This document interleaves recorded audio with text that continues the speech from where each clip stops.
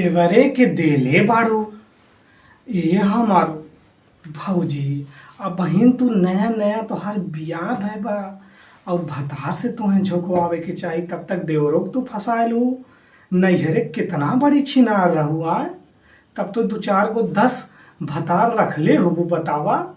का हो भैया लोगन, सही कहा था कि ना? एगो बात बतावा मैडम, आए काहे इतना अश्लील गाना गावत हो, मतलब वायरल हुए खातिर कि देवरे के देले बाड़ू? काहे देवरा के बदनाम करे तारू? आए तनी खोल के बतावा का प्रॉब्लम बा जोन देवरा के तू बदनाम करे पे तुली हो? केकरा से कहीं दुख हुआ? अरे मैडम दुख बा तो अपने पति से कहा, अपने मम्मी से कहा, अपने डैडी से कहा, अपने सास ससुर से कहा। खैर कहबो कैसे, तुम्हें देवे वाला दुख बा आए वो तो तोहर भतारे दूर कर सकेला या तो भाई देवरे दूर कर सकेला, और तू देवरा के फंसा ले बाड़ू। का हो भैया लोगन, सही कहा था नी? ये मैडम के ना जवानी बहुत उछाल मारा था, इन्हें का बताई, इनके जवानी में आग लगी जाए। घर में अकेले बने। अच्छा घर में अकेले रहू तो देवरे के दे देबू, कहे के मतलब आए पति जोन शादी करके लाए बस 7 वचन देहले बाड़ू मंडपे में अग्नि के साथ फेरा भगवान के साक्षी लेके बतावा। तो देवरे के दे देहू कुल वचन धरा रही है भाई। नहीं तू माल ना मतलब नया नया शादी भैल रहा, 2-4 साल बाद दे हो तू बड़ा निक रहा हो, मतलब इसलिए हरकत काहे करत हो मैडम? 2-4 पैसा कमाए खातिर बतावा। तोहरे ये गाना से कितना लोग प्रभावित हुई हैं, कितना भौजाई प्रभावित हुई हैं कि वो नहू देथिन हमहू दे दे तो कोनो दिक्कत नहीं है। का भैया लोगन, तो वहीं लोगन इतना हमरे जोन है समाज के गंदा बनावत है ना, जेकर कोनो हद ना। पहले भाई भौजाई देवर के रिश्ता जोन है ना, एगो मान के चला भाभी माँ जिसको बुलाते हैं, पहले सभ्य परिवार रहता था हमारे यूपी और बिहार में। पर कुछ गानों ने, कुछ ऐसे अश्लील सिंगरों ने जिसे देवरों को देत बानी, देवरा ढोली चट रहा बा, देवरा के देत हई, देवरा ले बा, मतलब का कसम से ना तू लोगन एकदम से मारत हो, हमारे समाज के एकदम गंदा कहलावत हो। काहे कि एक सीधा असर जोन ना भैया बच्चन के जोन पढ़ाई बा वह आदमी सीखी, और जोन तू गाना गावत हो बड़े लोग मान के चला तू टीचर हो, तो जैसन तू गाना गैबू और समाज वैसे सीखी। का भैया लोगन, सही कहा था ही?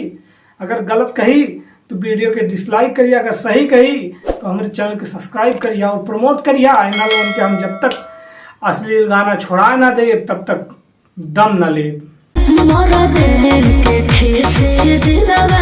मैडम के कहना कि मर्दे के खिसी, बताओ मर्द ते तू भाई नया नया बियाह भैंस मर्द से खिसिया ही, बताओ कमाई ना ता नथनी जुननी कहाँ से बनवाई? 2-4 महीना बेचारा कमाए चला गए, कर मतलब तू देवरा के दे दे, वो सबके दे दू बतावा। वो बेचारा शादी के लाए वो कोनो मतलब कोनो अर्थ ही ना ना। का मैडम काहे एकदम बतावा, एकदम से हमारे समाज के गंदा करे तुली हो। अच्छा खासा सुंदर बाटू, शादी करे हो तू, गए हो तू बियाह करे हो, बेचारा कमाए के खियाए हो, तो कौन जरूरी बा तुम्हें इतना वायरल सिंगर पैसा मतलब कमाए के आए? ऐसे बढ़िया कोठा चली गई हो तू, कम से कम हमारे गांव समाज जो है बचा रहा हो। तोरे अश्लील मतलब तू टीचर हो मान के चला, हमरे जितना यूपी बिहार के सब मेहरारू और बहन सुनत है ना और लड़का सुनत है ना, ये सब के तू सिखावत हो कि देवर भौजाई में सब कामन होला, हम दे तो हूँ दा। मतलब का मैडम काहे 2 पैसा कमाए के चक्कर में अपन इज्जतिया बेच के खाता हो? सारे यूपी और बिहार सारे इंडिया के मतलब बहन बिटिया भौजाई के खराब करत बाड़ू 2 पैसा कमाए के चक्कर में। से बढ़िया कोठा पे गए हो तू, दनादन पैसा कमाए हो तू। का भैया लोगन, सही कहा था ही? आधी रात जो अरे मैडम आधी रात के कहे के का मतलब बा? का दुनिया दिने में करेला का जोन तू आधी रात के करेलू?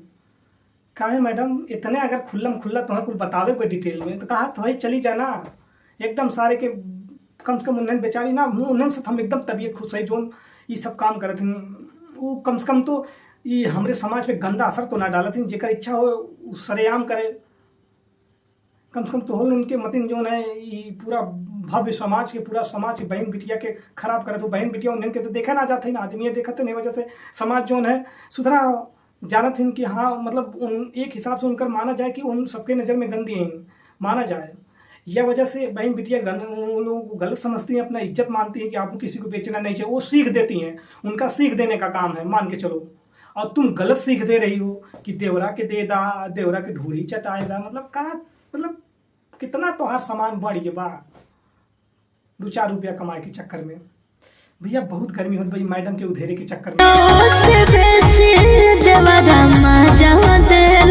बतावा पियो से बेसी देवरा मजा देला भैया बहुत पसीना मत काहे के पंखा चलाई तो आवाज में नॉइस आई आई तो मैडम के कहना बा कि पियो से बेसी देवरा मजा देला तो ये मैडम पियवा से बेसी मजा देला मतलब देवरा के एकदम ट्राई करके एकदम मजा मार ले हो पियवा बेचारा चला के कमाए का बताई भैया बतावा इन मैडम के भाई जुम्मा जुम्मा 4 दिन भय जवान भय और पियवा के और देवरा में फ़र्क नजर आवत है दे दे के अरे भगवान के समय न लोगन के ना चप्पल उठा के मारे चाहिए समाज के गंदा करे तुला है अगर भैया ना इन लोगों के